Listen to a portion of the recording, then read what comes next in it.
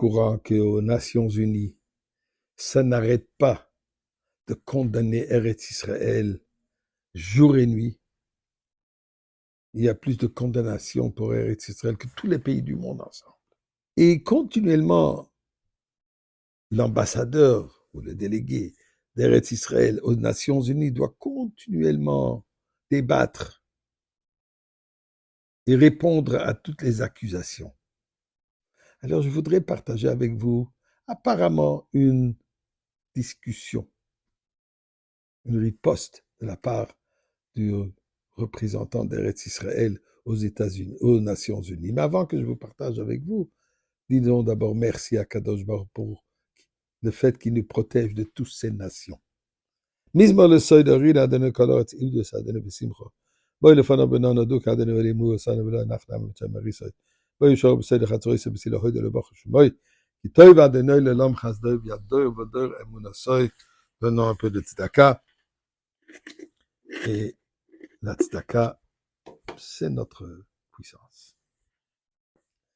Eh bien, écoutez l'histoire.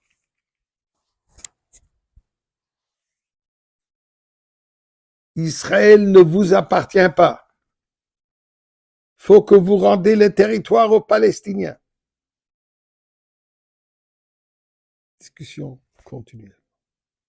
Finalement, le délégué d'Eretz Israël est censé de répondre. Elle a dit, écoutez, je voudrais vous raconter d'abord une histoire.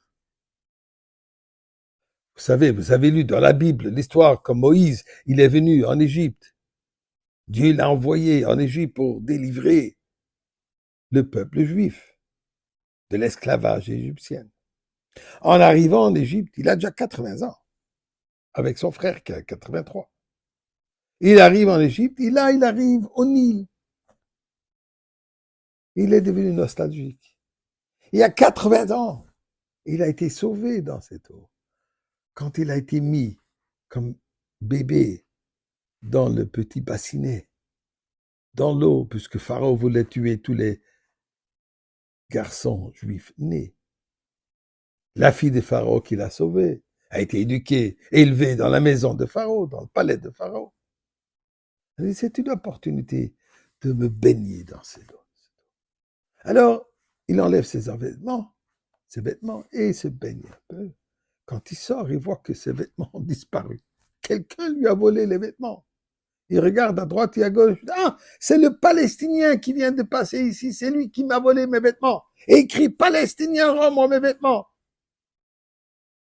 Le représentant de Palestine, qui n'existe pas, mais le représentant palestinien aux Nations Unies se lève et crie au-dessus, avec toutes ses forces.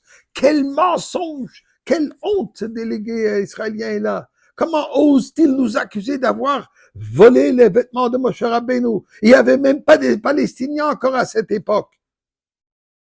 Et là-dessus, le délégué israélien, c'est maintenant je peux commencer mon discours.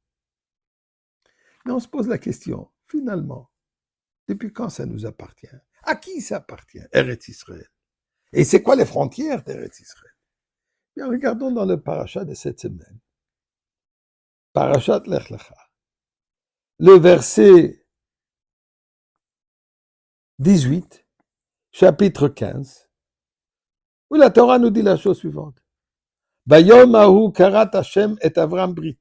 En ce jour, Dieu a fait une alliance avec Abraham. Les morts de lui dire, les aracha natati sa'aretz azot. À tes enfants, j'ai donné cette terre. On parle des enfants d'Abraham, on parle de Yitzhak et les futures générations. D'où ça? Minahar Mitzrayim du fleuve d'Égypte, ad Nahar Agadol, Nahar Pras, jusqu'à l'Euphrate.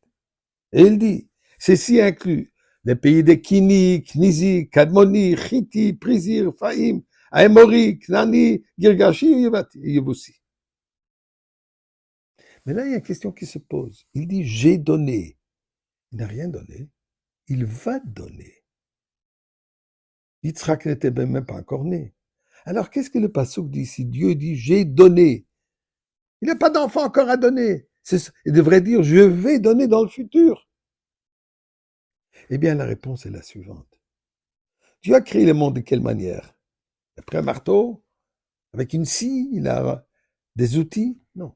Vayomer Hachem. Dieu a prononcé. Une prononciation divine est un acte. Alors le fait que Dieu prononce, cette terre sera donnée à toi, c'est un acte que ça a déjà été donné. Donc il dit pas dans le futur, natati, ça vous appartient depuis ce moment, encore avant que vous êtes rentré, encore avant que vous avez pris possession, ça vous appartenait déjà. Alors, ma chère Nations Unies, chers Palestiniens, non, vous n'avez pas volé les vêtements de Moshe Rabbeinu, mais cette terre nous appartient.